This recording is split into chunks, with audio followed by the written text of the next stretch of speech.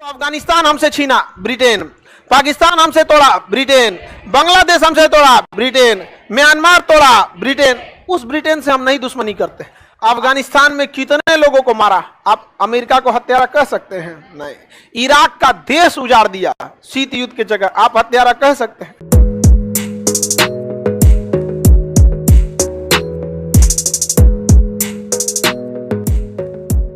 America को देखिए, Britain वाले ना कभी भी जमीन कब्जा नहीं करना चाहते।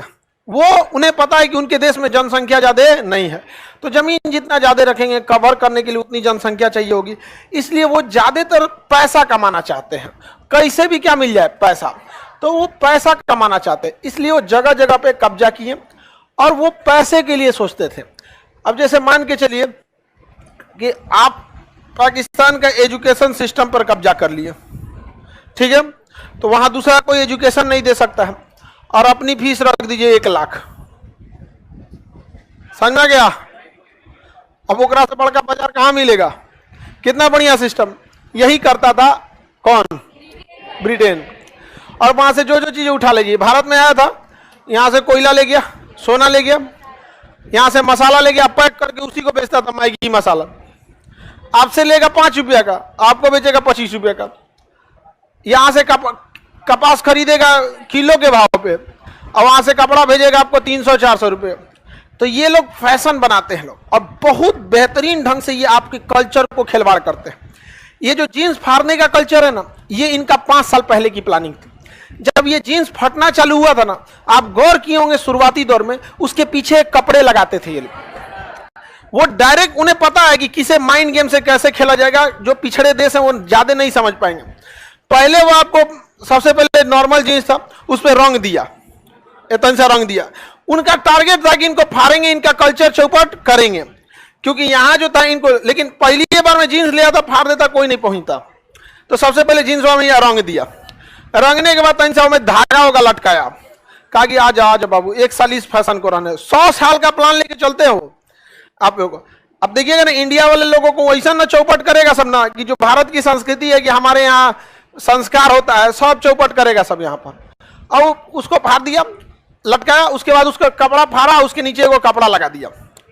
अब बस उसको पता चल गया, आधा तो काम हो गया, बस नीचे फाड़ दिए हुए किए हैं, नीचवा कपड़ा को धीरे से हटा देना है। तो पहले हल्का सा कपड़ा आता है, अब धीरे धीरे पूरे फाड़ दिया, बस यहाँ पे उसके हाफ पैंट पे लाएगा। सबसे पहले आपको कल्चर, किसी भी जगह का कल्चर अपना, अगर आप कल्चर अडॉप्ट है ना, तो आप उस देश से ऑटोमेटिक झुक जाएंगे, उस देश के प्रति ऑटोमेटिक। हम चाइना से इतना खफा क्यों रहता? हम उसके कल्चर को ही अडॉप्ट नहीं किए हैं, ना शक्ल से, ना खाने पीने की स्टाइल से, ना कुछ भी चीज से। लेकिन हम यूरोप के प्रति गुस्सा क्यों नहीं होते, जबकि हमें सबसे ज्यादा तकलीफ तो यूरोप वालों ने पहुंचाया। चाइना ने हमें बहुत पहाड़ का एरिया कब्जा किया, वो अलग बात है। आप जरा सोचिए, ब्रिटेन ने जिसको अफगानिस्तान हमसे छीना ब्रिटेन, पाकिस्तान हमसे तोड़ा ब्रिटेन, बांग्लादेश हमसे तोड़ा ब्रिटेन, म्यांमार तोड़ा ब्रिटेन। उस ब्रिटेन से हम नहीं दुश्मनी करते। आप कभी गौर किए हैं? वो ऑटोमेटिक आपको अपने कल्चर की ओर खींच रहा है, और इसके लिए वो क्या करता है? एडवर्टाइजमेंट का सहारा लेता है, फलाना जीन्स, ये जीन्स। और वो जो भी ना, मतलब बड़े बड़े लोग जिनको देख के आप इन्फ्लुएंस होंगे ना, उनको यही सब करने के लिए आपको क्या करेगा? देगा पर। हमारे पास एक फैशन डिजाइनर चलाया सर, आप एक बार यूट्यूब पे, आपका बहुत लोग आपको जानते हैं, ये आप बस 40 सेकंड के लिए इसके लिए बोल दीजिएगा, आप जितना कहिएगा हम उतना पेमेंट। करोड़ में पेमेंट आता ही सबका। मतलब अगर आप नॉर्मल स्पॉन्सर का रहेगा तो लाख वगैरह में रहता है, बहुत बड़ी ब्रांडेड रहेगी तो 40-50 लाख के आसपास में डील करते हैं।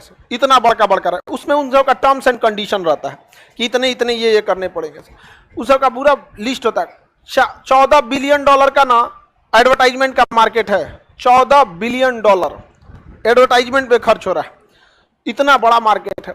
तो क्यों कर रहे हैं? आपको मार्बो करेगा और आपसे प्रति सहानुभूति भी रखेगा। तनी जाके आप कुर्ता पैजामा बेच के दिखाई ना इंग्लैंड में, व्हाट इज दिस, ये क्या है ये कुर्ता पैजामा? वो तो इंदौर वालों का बहुत शुक्रिया है कि इंदौरी कुर्ता बड़ी फेमस होता है। यहाँ से तिरछा इसे चलता है बटन, देखना इसे तिरछा बटन, बढ़िया है, हमारे अपने कल्चर में रखना चाहिए। इस ससुरा तो बहुत नौटंकी करता है सब, समझ में आ रहा है कि नहीं आ रहा है? तो आप उस ट्रैप का हिस्सा बन रहे हैं जिस ट्रैप में ब्रिटेन आपको ले जा रहा है। अफगानिस्तान में कितने लोगों को मारा? आप अमेरिका को हत्यारा कह सकते हैं? नहीं। इराक का देश उजाड़ दिया शीत युद्ध की जगह, आप हत्यारा कह सकते हैं? 27 करोड़ बम गिराया वियतनाम में, आप हत्यारा कह सकते हैं? नहीं।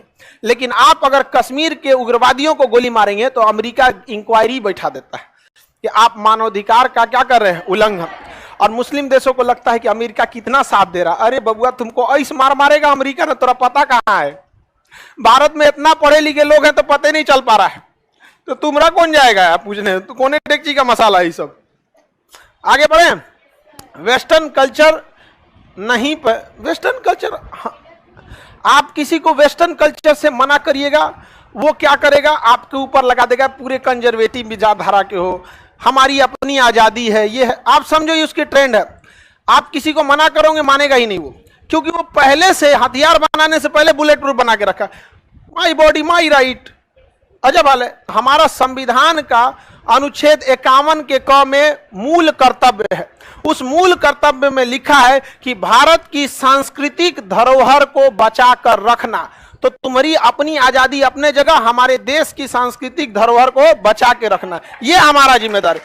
लेकिन ये आपको पता लगने नहीं देंगे। वो आपको केवल अनुच्छेद 19 बताएंगे, अभिव्यक्ति की स्वतंत्रता। अरे स्वतंत्रता भाड़ में गिलो। यहाँ पर मूल कर्तव्य, और आपकी स्वतंत्रता पर बैन लगाया जा सकता है, लेकिन कर्तव्य पर बैन नहीं लगाया जा सकता है। समझ में आ गया कि नहीं आ गया? आप मना के देखिए, नहीं मानेंगे। बल्कि आप उन्हें अंग्रेजों की चाल बताइए कि आप जिस चाल में फंस रहे हैं, इसकी रूपरेखा आज से 10 साल पहले लगाई जा चुकी थी। यहाँ समझ में आ गया नहीं?